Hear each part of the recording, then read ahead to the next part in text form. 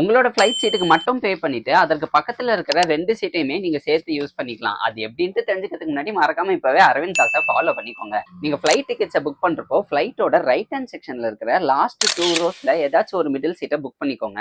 அப்ப அதற்கு பக்கத்துல இருக்கிற 2 சீட்டோட ஆம்ரெஸ்டையுமே ரைஸ் பண்ணிட்டு அந்த 3 சீட்ஸையும் சேர்த்து நீங்க யூஸ் பண்ணிக்கலாம். எதனால நீங்க லெஃப்ட் ஹேண்ட் சைடுக்கு பதிலா ரைட் ஹேண்ட் சைடுல இருக்கிற லாஸ்ட் 2 ரோஸை செலக்ட் பண்ணோம்னா, ஏர்லைன்ஸ் யூஸ்வலா ஃபிளைட் டிக்கெட்ஸ் எல்லாத்தையும் நம்மளுக்கு ரிலீஸ் பண்றப்போ லெஃப்ட் ஹேண்ட் சைடுல இருக்கிற சீட்ஸை தான் ஃபர்ஸ்ட் ஃபில் பண்ண ட்ரை பண்ணுவாங்க.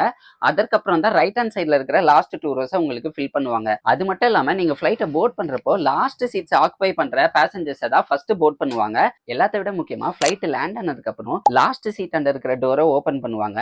அப்போ நீங்க லாஸ்ட் சீட்ஸ் ஆக்குபை பண்ணிருக்கிறதுனால உடனே நீங்க கீழே இறங்கி போயிடலாம், கியூல வெயிட் பண்ணாம. இதே போல உங்களோட கன்வீனியன்ஸ்க்கு ஏத்த மாதிரி நீங்க எந்த ஃபிளைட் டிக்கெட்டை சூஸ் பண்ணணும்ன்றதுக்கான வீடியோவை டீடைல்டா நான் யூடியூப்ல போஸ்ட் பண்ணிருக்கேன். உங்களுக்கு இன்ட்ரெஸ்டடா இருக்குன்னா கீழே இருக்கிற லிங்கை கிளிக் பண்ணி நீங்க அந்த ஃபுல் வீடியோவை பார்த்துக்கலாம்.